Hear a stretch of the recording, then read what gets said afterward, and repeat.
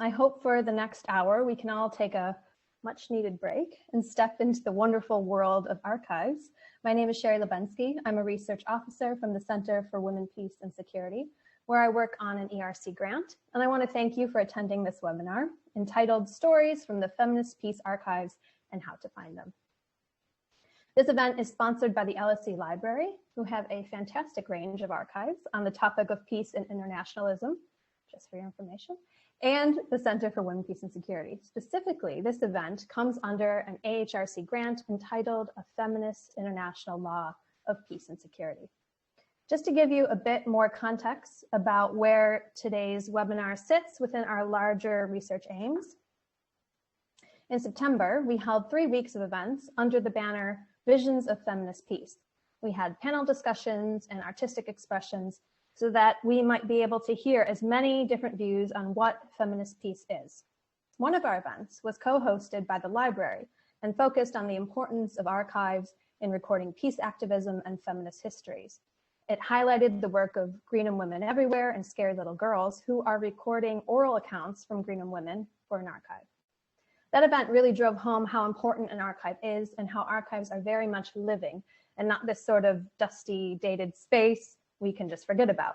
Our research team utilizes various archives ourselves, and in order to better understand historical examples of feminist methods and feminist engagements with international law. We see the archives as a crucial part of our feminist methodology, and we are keen to encourage everyone to explore the archives because we want everyone to have just as much enjoyment as we have had. Today really gives us all the opportunity to delve further into a few different archives and to learn a bit more about how to access and work within this space as feminists. We have a fantastic lineup of speakers who will each discuss their respective archives and how to do archival work. I will just briefly introduce each speaker. Please refer to Eventbrite or the LSE Library event page for their full bios. So first we have Vicky Iglikowski-Broad. She's the Principal Diverse Histories Record Specialist at the National Archives. Then we have Hannah Lowry, who is the Archivist and Special Collections Manager at the University of Bristol. And finally, we have Daniel Payne, who works as the Curator for the Politics and International Relations Collections at LSE Library. Thank you so much, the three of you, for joining us and for sharing your knowledge. And thank you to the LSE Library. We really cannot thank the library enough for working with us on countless events and projects. Daniel, especially, you have organized today, and you are also speaking. We are thrilled, and we really appreciate all of the work you do for us, with us. And Debbie, thank you as well for all your continued work and support. Now, today, each of our speakers will present for 15 minutes, and then we will have a Q&A. So without further ado, Vicky, please take us away. Thank you. So I'm just going to share my screen, and hopefully I'm audible to everyone, but do let me know if not.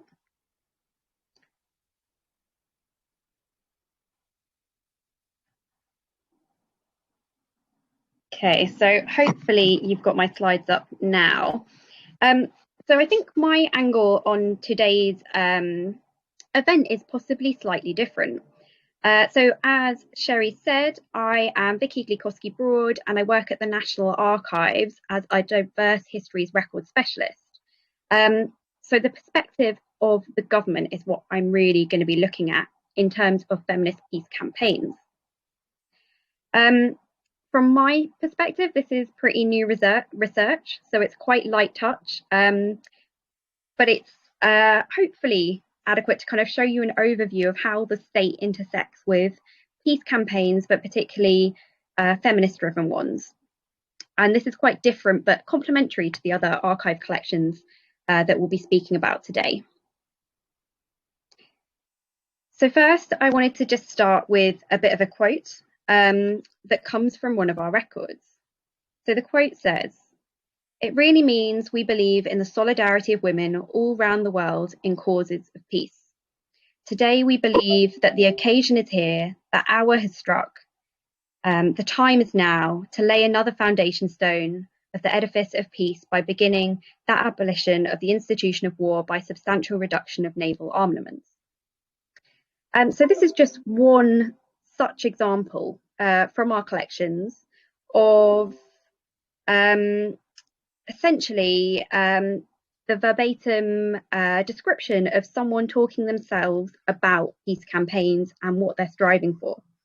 So in this case, this was part of an international deputation of women to the London Naval Conference in 1930. And the conference was held in London to discuss naval disarmament and to review treaties around the Washington Conference. And it was hosted by Great Britain, but included representatives from the United States, France, Italy, and Japan. And what we have here is the words of Miss Edgerton Parsons from a deputation that actually went to the Prime Minister.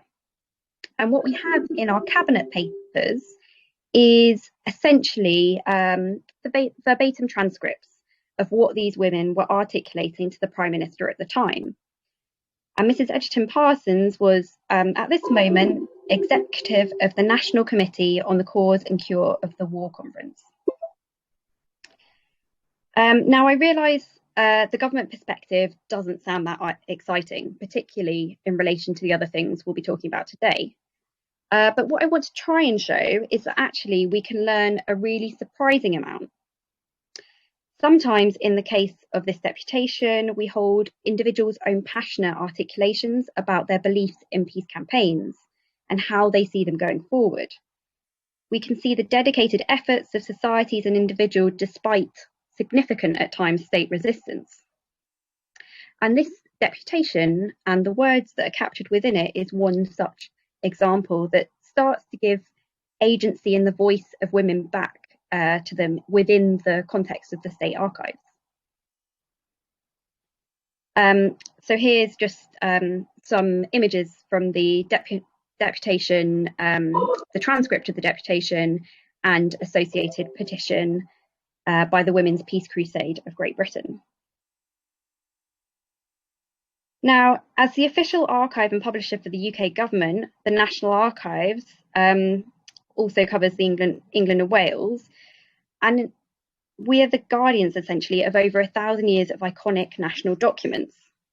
We essentially reflect the great departments of state and also significant military records. So why would governments be interested in feminist peace campaigns? Records relating to feminist peace archives isn't something that we're particularly well known for. But there's clearly always been a presence of peace campaigns by women since the kind of late 19th century at the very least. And so government does pay attention to them. In my opinion, we have a surprising amount of untapped information that really deserves further attention. Feminist peace movements essentially went against the grain of public policy, and they were at times disruptive, whether through deputations, marches or petitions, or civil disobedience. And so the government were forced to pay attention. And that leads to the existence of fascinating records.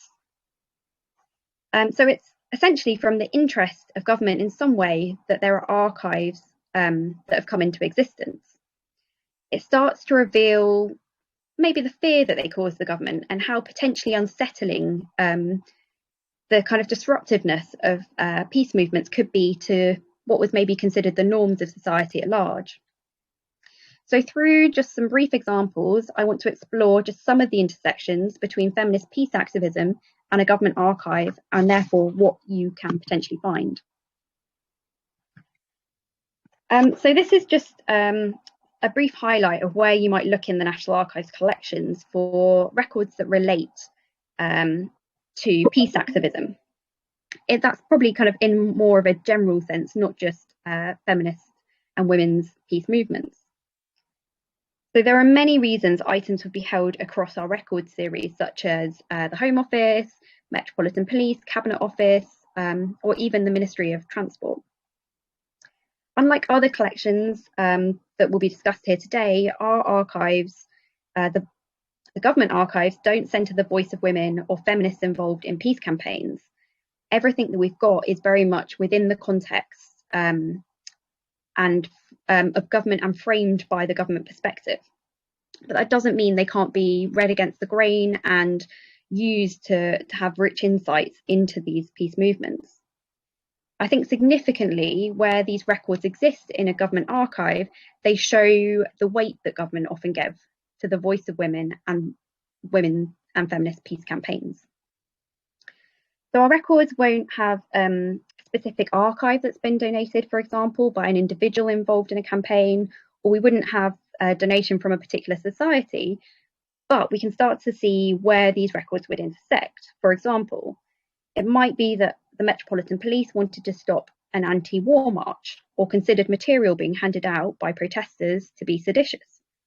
Or it may be that a petition was handed to the Cabinet Office and happens to have been preserved. Or, as we saw earlier, a deputation was recorded in full. Or maybe a naval or airbase was concerned about planned actions or protests. And we've got kind of one exception to this rule of generally not having personal papers or things donated in that kind of way, which is the papers of Ramsey Mcdonald, so the top image on screen, which essentially we have a series of pamphlets, lots of them relating to peace, and some picking up on women's peace campaigns as well. But generally, that's not the way our collections work. It's through interaction with government departments.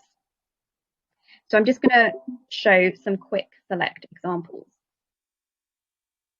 So I found this little kind of snippet in our records quite interesting. It's just maybe 3 pages within a file that's sent to the Board of Education in 1915. And this letter was an announcement of a Women's Union for Peace resolution that was sent to the Board of Education. And this is very much in the context of the kind of the beginning of the First World War. And within the meeting, they resolve the following. So they want British Sunday school unions to incorporate in their international lessons a quarterly lesson upon the spirit and methods of maintaining peace as taught by Christ. But more significantly, we can see highlighted by the clerk at the time in the Education Office, they want the educational authorities of Great Britain to introduce into their training colleges, high schools, secondary and elementary schools, a course on the principles of arbitration and their successful application during the last 100 years. And I thought this was just an interesting tiny snippet that shows the proactive nature of these campaigns and how they wanted to influence education going forwards.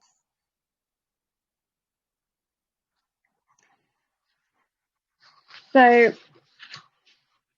next up, I've just got a small moment to highlight the Women's International League for Peace and Freedom. Now, these are kind of a wonderfully consistent campaigning organisation and presence in our archival records.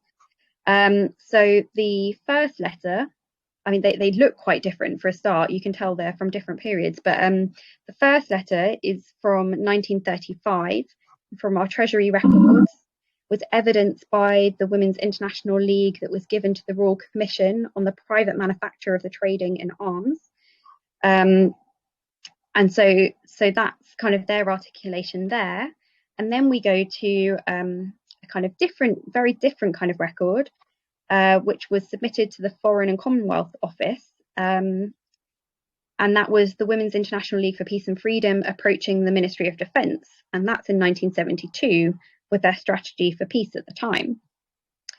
And so this campaigning organisation pops out throughout our records. And actually, as you may know, they were founded in 1915 and still exist today. And we also have microfilmed records that are from the very beginning of the kind of organisation that developed out of the International Women's Congress against the backdrop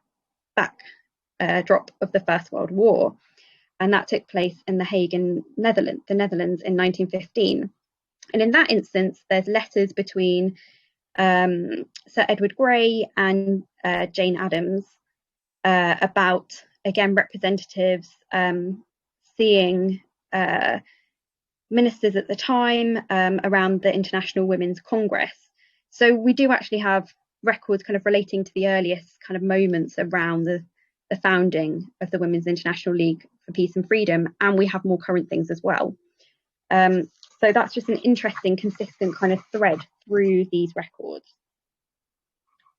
The women's peace movement was kind of in its strongest in the years following the First World War, building on the significant campaigns around this time into the 1920s.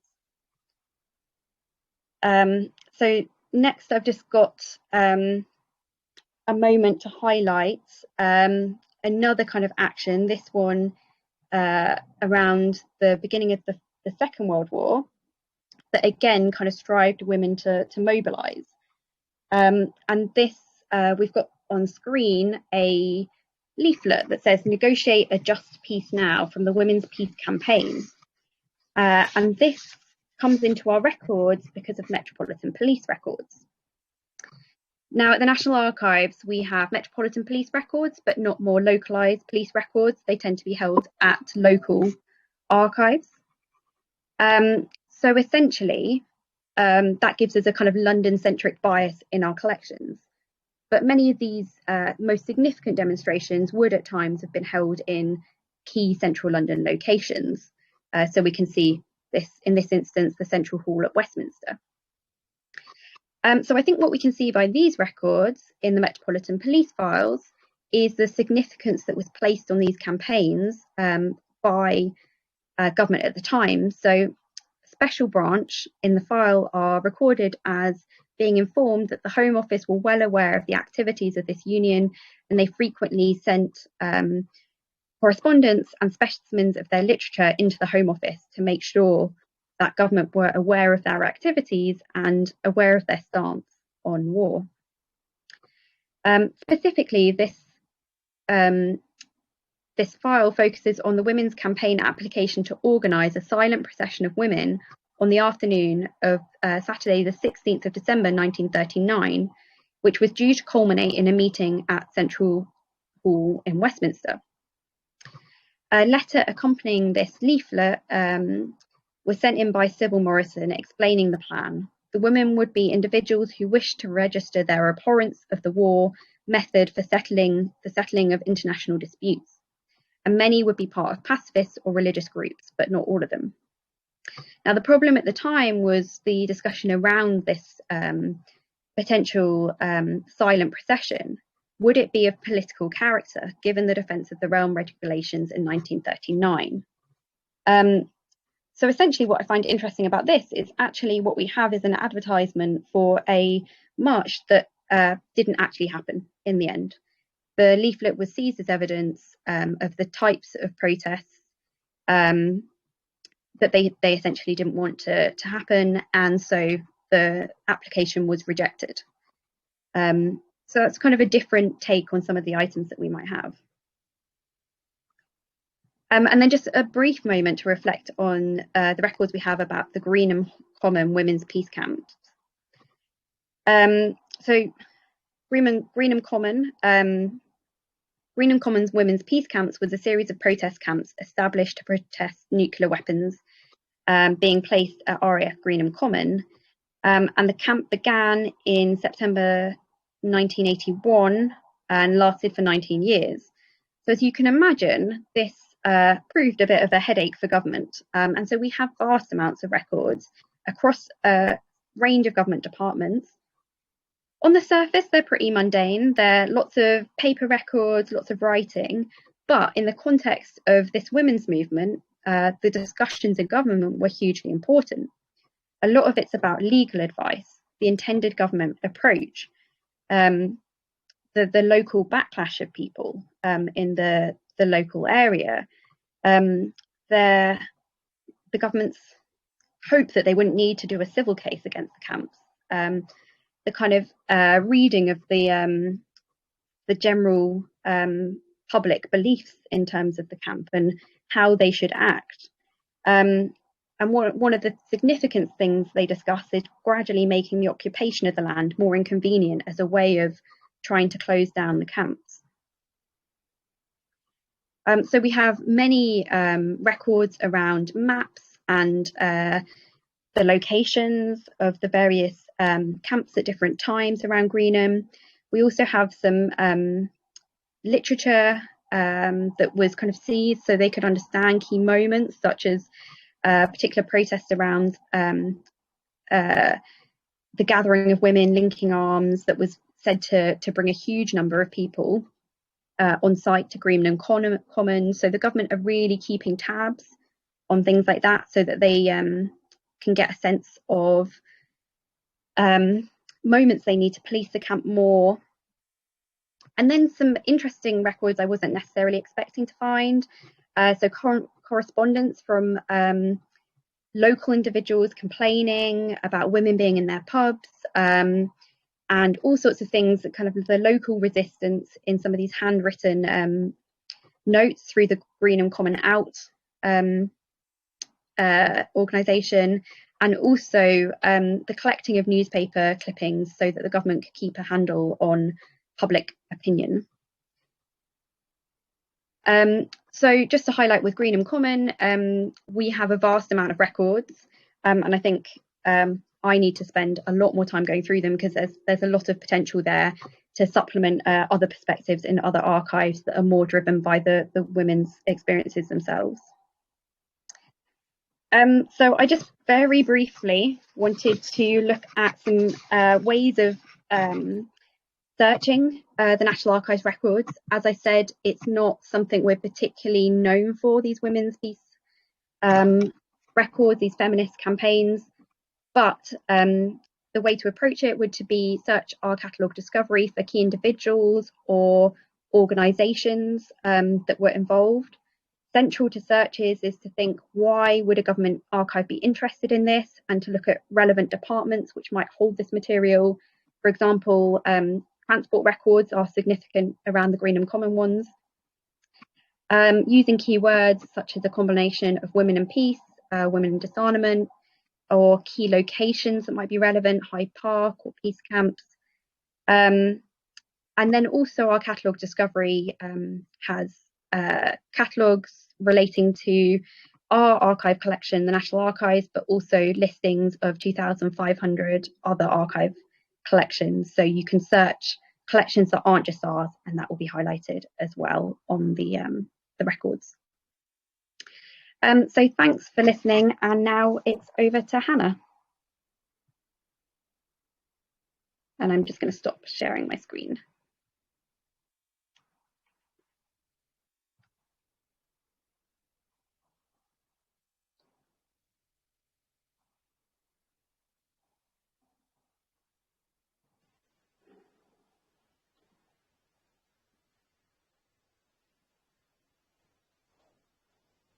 Hannah, I think you're muted.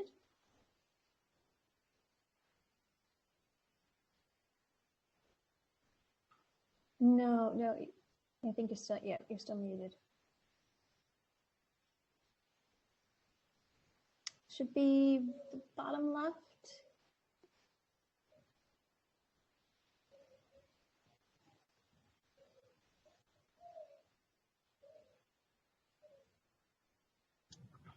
There we go. Great. Right. Sorry about that. Rookie mistake there. Hello, everyone. Thanks, Vicky. That was fascinating. I'm going to talk to you a bit about the Dora Russell Peace Caravan archive, which dates from 1958, which is held as part of the Feminist Archive South at the University of Bristol Special Collections. The Feminist Archive South covers the period from around 1969 to 2000 and covers all sorts of women's activities, both in Britain and internationally. The key way to look at these things is through the online archive catalogue, and there's some links here which will be sent round. Now, I'm going to talk about the Dora Russell Peace Caravan archive, which fits rather outside the main focus of the Feminist Archive, but came to the archive in around 1985, which was just prior to Dora Russell's death. So there's 16 boxes of material which are held off site, and one drawer and a plan chest which is held on site. So most of my discussion is relating to the stuff which I had to hand. So those are what it looks like. We've all seen what archive collections come in, but it's nice to sometimes see. Screen? Sorry? Your screen isn't shared. Were you trying to share your screen? Oh, I'm so sorry.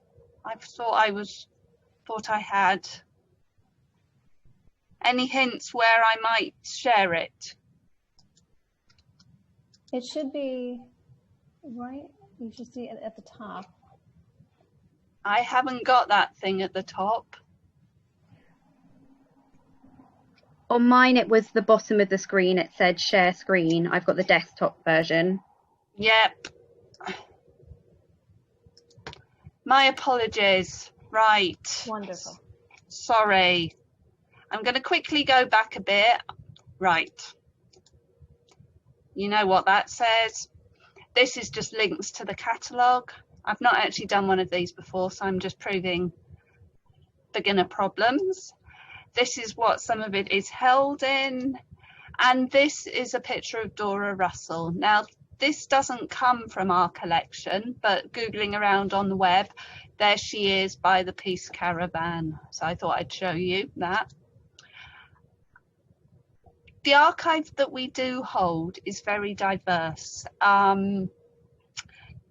There are around 65 albums of petitions and artwork, and there's also quite a lot of stuff about logistics. So we have this wonderful map which marks up the journey that they took through Central Europe, places like Germany, France, Holland, Switzerland, Italy, Yugoslavia, Albania, Bulgaria, Romania, Hungary, Czechoslovakia and Poland.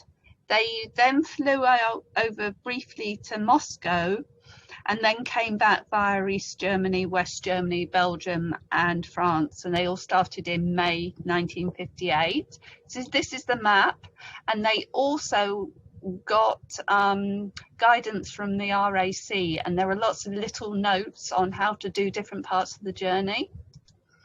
And this is the map showing where they were going. As well as more traditional archive, we've got a video which was reworked in around 1985, which is a film that Dora Russell and her companions created. I think it's still available for sale now, and if you want to hear more about it, you would read Dora Russell's The Tamarisk Tree Volume 3, Challenge to the Cold War. There are lots of photographs. This part of the archive we know a bit less about because we've spent more time with the petitions and things, but there's a real wealth of material. And I know there are people who might be here today who have started to do more work on the archive. And this is a copy. There were 2 leaflets that were sort of handed out along the way. So the one on the right is a 1-page talking about what the Peace Caravan was hoping to achieve and listing some of the chief people involved. And the 2 on the left are both sides of a multilingual leaflet that was handed out. And they were saying this is a mission of peace and friendship amongst all nations. Women of the West are on this mission of peace and goodwill to the women of the East. And that's essentially what they were doing. Now I'm getting to the materials we actually hold. There are multiple copies of some items. So this is something produced by the Czech-Slovak cooperative movement. And we've got 2 different editions which have got extra bits in them which have been added by the people of the communities they were visiting. Now this beautiful album was about a visit to Nový Bor, which is a township near Limerick in the Czech Republic. I went there a couple of years ago, and little did I realise that we had this beautiful thing here. Now this item is actually on display at the British Library Unfinished Business exhibition, or will be when that can open up again. And I really wanted to show that there's a wide variety of material in all sorts of different languages. This is Polish. And there's printed material, which links back to the Czech stuff I was showing you earlier. So it's material talking about what it was like to live in a particular community. And you'll notice that these are in 3 languages. They're in English, Russian, and I think Czech. Apologies if I get the languages wrong. And they also talk about things like children's events or caring for workers. So that's what someone's cement factory looks like. And then there are lots and lots of materials which have peace devices on them, which talk about children. So we've got doves, we've got mention of mir and friendship and peace. We've got sort of agricultural designs. And there's quite a lot of things with sort of folk art design. So these beautiful flowers, and there's a textile. And we've got these 2 dolls, which were given by one of the towns along the way. I particularly like these dancing couple. They look like they're having a great time. There's lots and lots of petitions signed by hundreds and thousands of people, not just signed by women, signed by men as well. And they're really quite moving. And this is the last thing I'm going to show from the archive, but just to show the variety of materials. And now it's time for a little bit of a advert for the other things in this Feminist Archive South. So Vicky's already talked about Greenham Common. There's lots of material on Greenham Common. The shawl at the bottom has also been lent to the British Library, and I could talk lots about that. And finally, I'm going to mention other materials that are held in special collections, which all relate to campaigning. So we've got a really large election address collection, which complements the materials held at LSE, and it dates from the late 19th century to today. And there's lots of peace materials mentioned there in passing. We hold Liberal Party archives, including the papers of the Women's Liberal Federation, and the papers of Jane Cobden Unwin, who was one of the first female councillors in London County Council in the 1890s. And there's lots of grassroots activism. We also hold papers of a Bristol activist called Don Bateman, who was a printer and an activist and lived in Bristol. He's got lots of materials on the Spanish Civil War, the Independent Labour Party, connections with East Germany, and you could go to our catalogue to find out more about that. Websites, I should say, as well as the Feminist Archive South, which we hold on deposit for a group of trustees. There's a Feminist Archive North, which is a sister archive based at the University of Leeds. And contact details for us. So thanks very much, and apologies for getting it wrong at the beginning. Over to Daniel. Hello everyone, let me just share my screen first.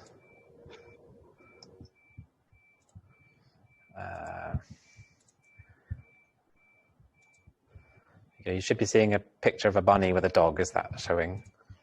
Okay, great. There we go, make it bigger as well.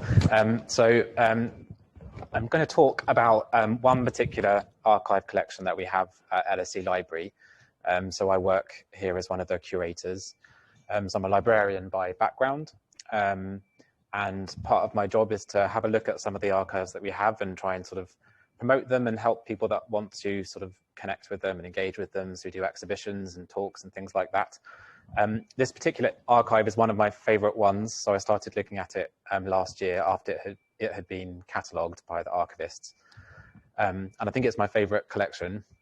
I'm not going to mention who it is just yet, so I'll see if anyone guesses to make it exciting. I don't know if that is exciting or not. But what I really like about this collection is that often with the archives of a person, you might just have a collection of material related to maybe a particular issue that they campaigned for, that they're famous for.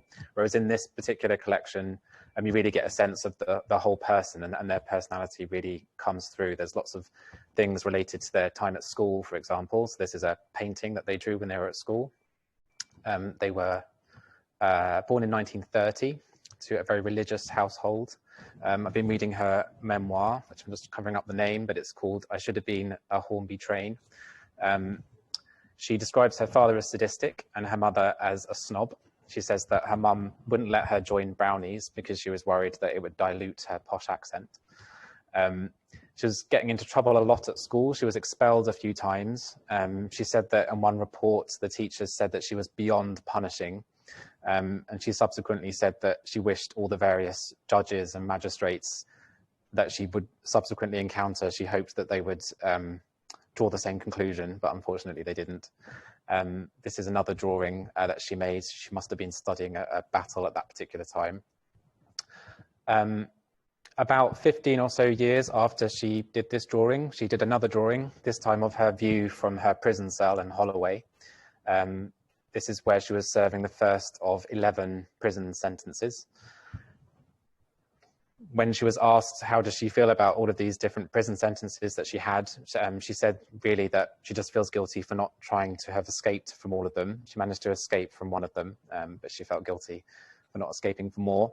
I'm not sure how well you can read these, so I'll just read it out. This is a letter that she wrote to the magistrates in response to one of her arrests. She said, "This is to state that I have no intention of appearing in Warminster Magistrates Court to answer a charge under the Public Order Act or to be charged with incitement to disaffection. On the contrary, I intend to jump bail and go away. I did not cooperate over being arrested and charged with behaviour likely to cause a breach of the peace, for distributing leaflets to soldiers at Warminster, and I do not intend to cooperate now." And she stuck to her word, so she jumped bail. I think she was rearrested. She was imprisoned, but then she successfully sued the police for that. The leaflets that she was disseminating were giving advice to British soldiers on how not to serve in Northern Ireland, so how to avoid serving in Northern Ireland. You're not meant to be able to read this picture, but I'm just trying to show the breadth of the different kinds of archives that she had. So as well as her school diaries, which are really quite fascinating to read, she also kept diaries when she was in prison. So these are some notes where she was drafting a formal complaint about her treatment when she went on hunger strike in prison. This actually made it so the House of Commons as a discussion. You can click that link to read the Hansard discussion about it, but I'll just read it out again. Is the right honourable gentleman aware that this forcible feeding was carried out by means of a rubber tube in her mouth, and it was down before there was any sign that she was suffering as a result of her hunger strike? Is he aware that there are still in this country suffragettes who recall with horror experience of this kind in prison? Is it not time that he took a definite line to stop this? Other things from her times at school include these various school workbooks, and I really like them because they begin as a kind of, this is a French rule book, and all of them turn into a collection of creative writing. So this started off as a French book, and you'll see it's crossed out and turned into a collection of limericks. So as well as painting, she would eventually become, as an adult, a published painter. She exhibited her paintings. Likewise with poetry, she became a published poet. So these are some of the limericks on the left, ones where she started to write when she was younger. Then she kept this book and added limericks as she was older. So the one on the right is a limerick about depression, which she wrote about quite a lot. As well as being a published poet and published artist, she's also a published novelist. She's written lots of different novels. This is the very first letter that she got published in her local newspaper. It says, "Dear people, we have got a cat and she's got a kitten called Mittens, and I'm asking if any of you could adopt her. If none of you will have her, Mummy may have to drown her. So I hope someone will have her." And somebody did, luckily, which is a good twist. This also in the archives, we have some of her clothing. So this is her father's jacket, which she then took ownership of and repurposed. So you can see she's added a C&D badge onto the lapel. So this is a sign, perhaps, of what she became famous for. So the person I'm talking about is a very significant peace activist, and she worked for the CND. I believe she actually still is the vice president or the deputy of CND. I can't remember the exact title. I think it's vice president. So these are some badges which are from the CND collection. You'll see on the top right, there's a Gays Refuse Cruise badge. I included that because, again, in the documents, there's a particular anecdote where she says that she was ineligible to inherit her father's money. And this is because he stipulated that she needed to be married to a man, and she's a lesbian. So after his death, she was friends with an anarchist poet. They got married for one day only, so she could satisfy the clause of having been married. And she inherited the money, and then with that, she donated it to fund, or helped to fund Sappho and also Gay Pride Week in 1979, which is a really nice anecdote. So the person I'm talking about is Pat. So this is from her photograph album. This is Pat Arrowsmith. Her photograph albums cover both her personal life, so her family and her partner, as well as documenting the various campaigning activities that she did during her lifetime. When she was asked what is her most significant achievement, she said it was being the organising secretary for the first Aldermaston March. So she organised that in 1958. It was a march from London to Aldermaston to protest against atomic weapons research establishment there, which I think might also still be there. I think they carry on doing this march. So she organised the first one in 1958. She's not pictured here, it's just a picture of people at the march. That's another picture there. So you see a banner saying March from London to Aldermaston.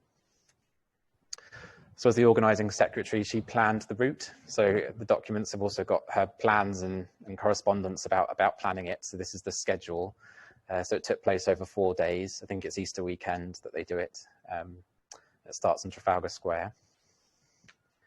I really like this picture because in the banner, you can see that they did a sort of DIY modification of the banner. So to begin with, the march was from London to Aldermaston. And I think after a couple of years, they thought it would be more powerful if they ended the march in London, kind of the heart of government. So they did a kind of quick swapping round of the banner from and to change it.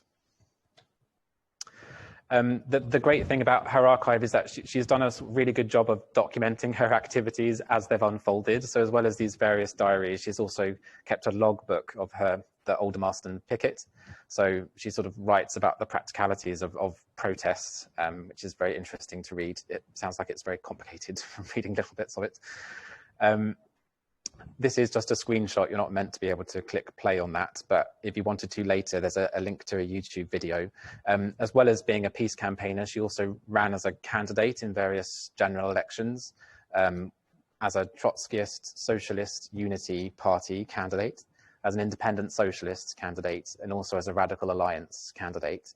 And this particular video is her heckling James Callaghan, who she lost to in that election. She's again campaigning about the removal of troops from Northern Ireland, and people just sort of gradually leave the room, and she carries on talking about her cause. As with all YouTube comments, ignore the title and the comments, just don't read them, just watch the video, it's very interesting to watch her do it. Again, in that photograph album, it documents her campaigning works. There's lots of photographs there campaigning for the general elections. This is one of her general election leaflets. Unfortunately, because of coronavirus, I've not been able to get back into the archives, but I remember there was a quote that she says in there about how if you take a pacifist and anti-nuclear stance, she says something about how you don't just sort of stop there, other things become involved naturally as a part of that stance. So she was also interested in other issues. And you can see in this campaigning leaflet, she says that both the major political parties back racial prejudice through their immigration policies. She did spend a couple of years working in Chicago as a community organizer, and she was charged with improving race relations in the city. So there's also stuff in the archives about her activities doing that. She was, in one of her prison sentences, she was declared by Amnesty International as Britain's first prisoner of conscience. She eventually worked for Amnesty International, so I think she became an editor on one of their newsletters. There's a photograph here of her interviewing some Scottish miners, 1962. And so I mentioned that she organised one of the first Aldermaston, well, the first Aldermaston March in 1958. She continued to do it, and this is her doing that same march some 50 years later. So this is, I think it was taken in the early 2000s. This is her speaking at the rally in Trafalgar Square. I'm not going to read all this out, but it's just a list of some of her prison sentences, which is quite interesting to read, or the reasons why she was imprisoned. And so that's just some of the archives that we have of Pat Arrowsmith. There's a picture in the photograph, there's a photograph in the archives of her with a chicken on her head, and she was asked how she would like people to think of her and remember her. And she said, as a persistent but not humorless peace activist. So that was just a little inkling into the Pat Arrowsmith archive. Under normal circumstances, our archives are open to everyone, so you don't have to be a member of university or anything. At the moment, our reading room is closed, so it's waiting for you to come and have a look at as soon as we're open again properly. We've got lots and lots of other archives on the theme of peace and internationalism. So we've mentioned Greenham Common before. Both Hannah and Vicky. So we've got a collection of Greenham Common material, which is held in the Women's Library. This is a photograph from it. My colleague Gillian Murphy looks after the Women's Library, some of you might know. We also have the British section of WILPF, so the Women's International League for Peace and Freedom. That's another significant collection on this theme. And here are just some links. So that the first link, if you want to find out more about a general overview of the peace and internationalism collections that we've got, you can head to that link. If you want to find out more about Pat Arrowsmith, there's an oral history, which is really great to listen to. It was done with the Imperial War Museum, so I recommend listening to that. And then I'm just checking I've got enough time. I'll just quickly mention about finding archives. So it's difficult to kind of give general advice. I guess if you're interested in something in particular, I'll just go and speak to the archivist or the librarians at that particular institution. What I would say generally, a good tip is, if you were interested in feminist peace, if you were to Google that, you'll probably find lots of interesting things. But if you went to an archives catalogue and wrote feminist peace, you probably wouldn't find anything at all. And that's because you have to think a bit like how the archivist would have catalogued a collection, what Hannah was mentioning in her slides, really. An archivist will write a description of what's contained within a particular collection, and that's what you search for when you search an archives catalogue. So one of the ways that I find it helpful to find things is to think of significant people, organisations, places and events which are related to your particular interest, and then use that as your keywords to search an archives catalogue, and that can, things will emerge if you do that. But yeah, also get in touch with the people who look after the catalogue. They're all quite sort of unique and a bit difficult to use. And that was just our email address in case you had any questions. And that was it.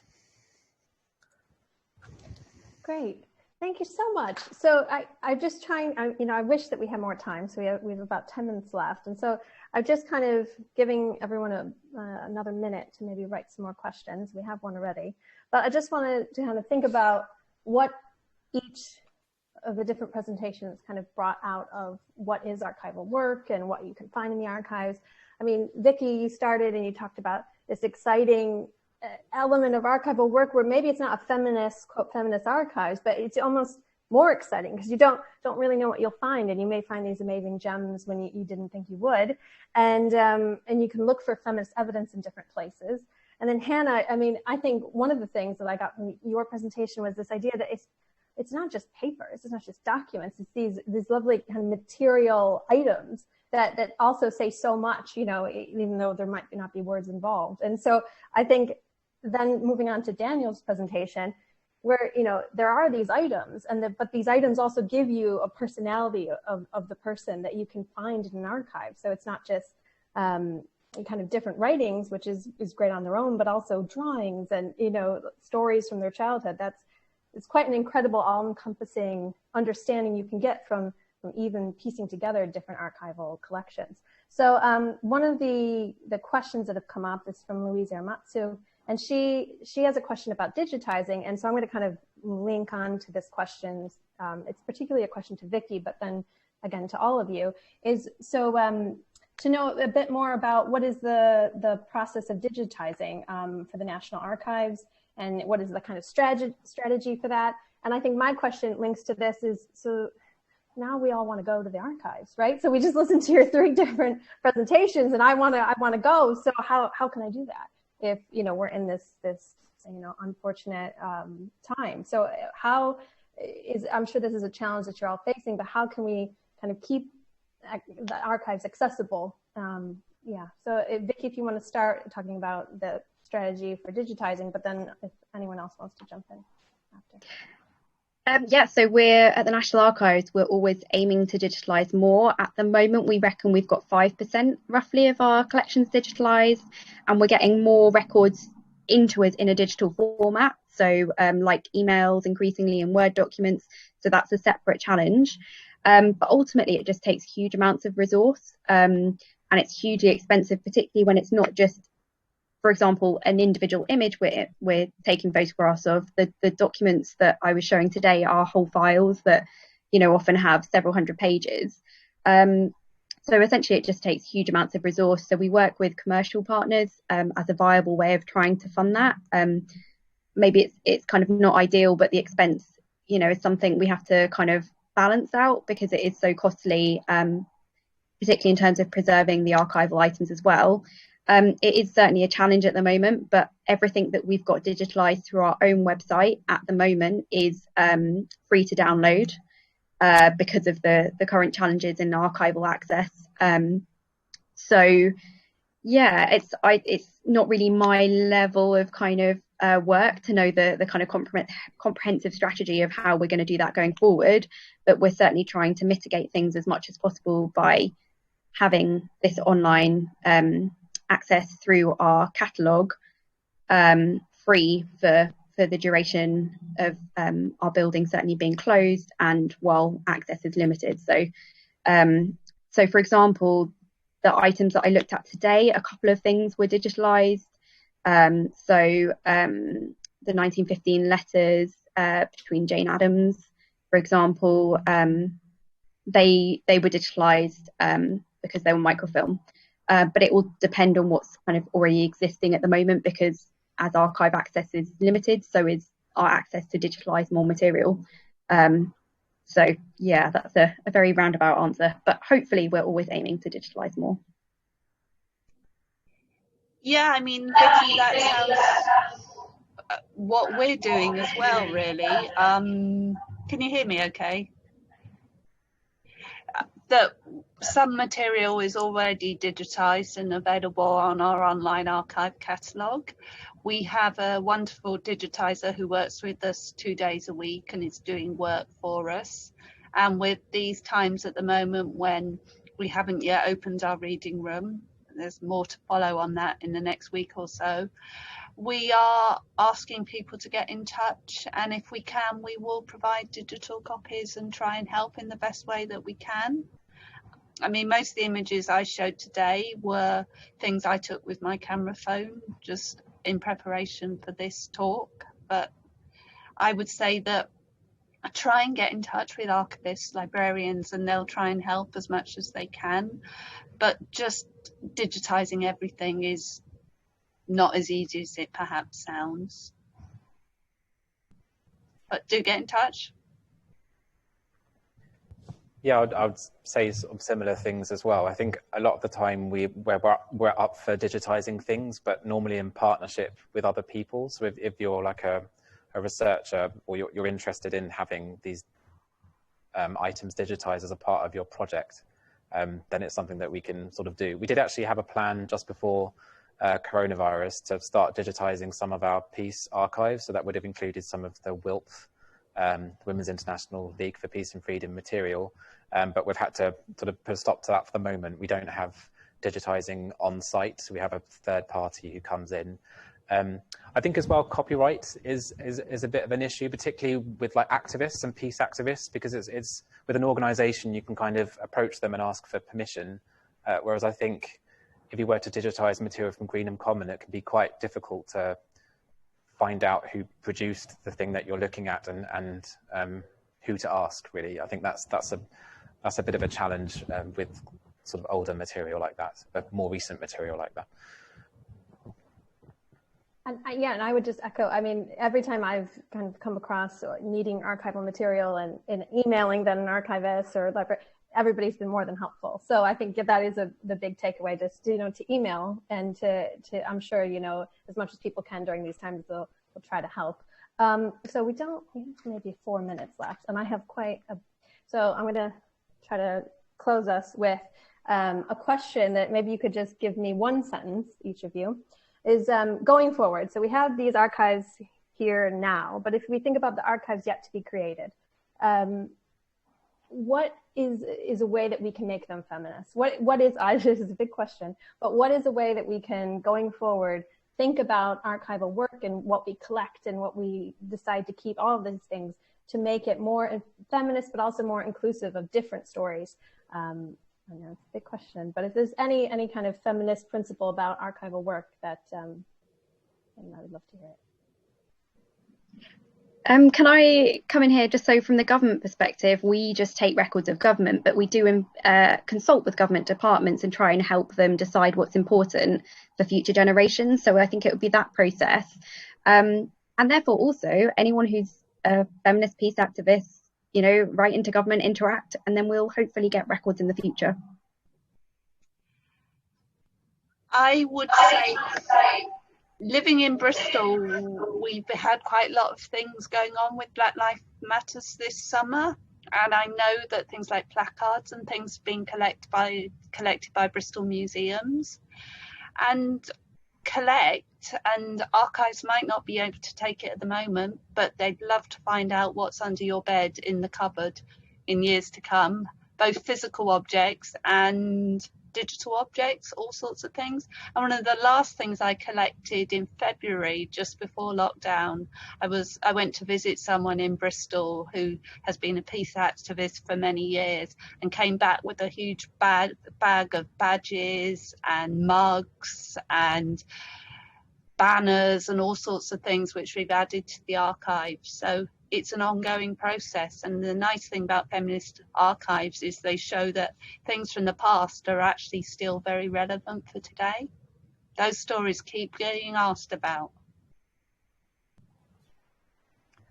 Yeah, I think for us, just to add that I think for us it would be more actively collecting things. I think in the past, people tend to come to us to donate things, which I think then creates a certain kind of bias, whereas I think we should ourselves go out and identify material to continue documenting this kind of area. I mean, we have collections on the theme of feminist peace, so we want to continue to grow that. So I think that's what we sort of have to figure out how to do next, is to make sure that we can go out and collect this material, not just rely on people coming to us. Sometimes people don't even consider that the stuff that they're producing is something that's worth archiving. So it's a way of trying to figure out how to get that.